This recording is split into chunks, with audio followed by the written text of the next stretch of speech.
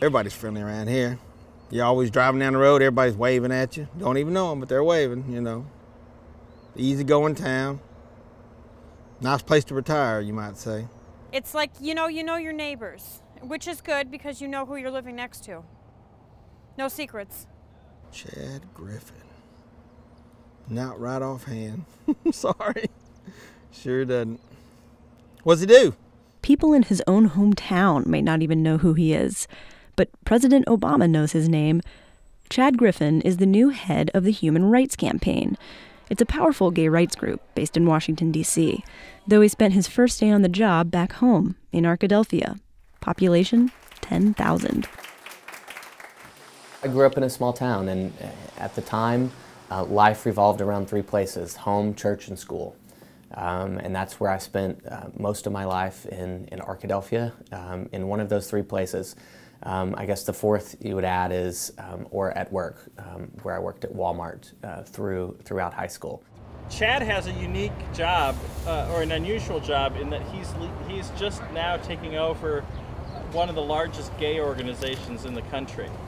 Now, how do you think that would be growing up here gay? You'd be an outcast, I would say. Really? Yeah. Hello. So good to see you. I think that, once you kind of get to smaller towns, I think there seems to be such an element of fear, because it's maybe I'm projecting that, for myself, right? But just a few minutes ago, I whispered the word gay, right? I whispered the word fag, because it does get a little scary kind of when you go back, and maybe that's just because I'm back in my roots. Growing up in Arkadelphia, I don't know if some of you knew I was gay. I didn't yet know. If you did, why didn't you tell me? Would have made that process so much easier. I frequently heard things like faggot and queerbait. I don't even know, by the way, what queerbait means, but that's something that I heard when I was in junior high and high school. And I would hear it, and I would know sort of which tables to avoid, in the cafeteria.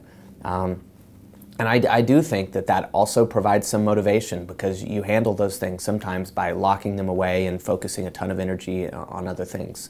And that's certainly what I did. In Little Rock, I was able to meet a number of people who told their stories, and one of them was a young woman named Alice. My parents, they didn't really know what to do, so they just came up to me, and Mom started crying. Dad pulled out a Bible, chanting verses, chanting all this stuff, angry, extremely red-faced.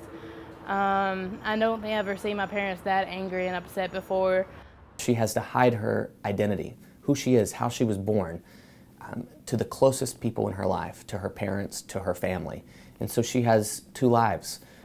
It can get hard, like I said, in Little Rock I'm known as Alice, but I'm known as I try to keep those two names and those two personalities and those two people totally away from each other.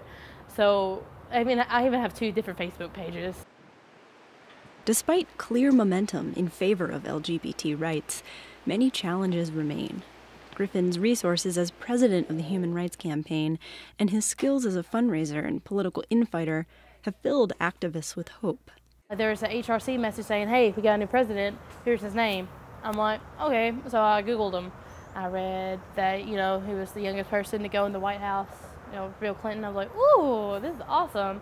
And then I learned that he was from Arkansas, and that was the big eye-opener of Arkansas, that's big. That's big for Arkansas. I think it's important to acknowledge our progress, but to not be satisfied with it. And we need to keep working and working hard, because these young people shouldn't have to wait. And so it's hard work, whether we're here or whether we're in Washington or the states in between, but it's important work.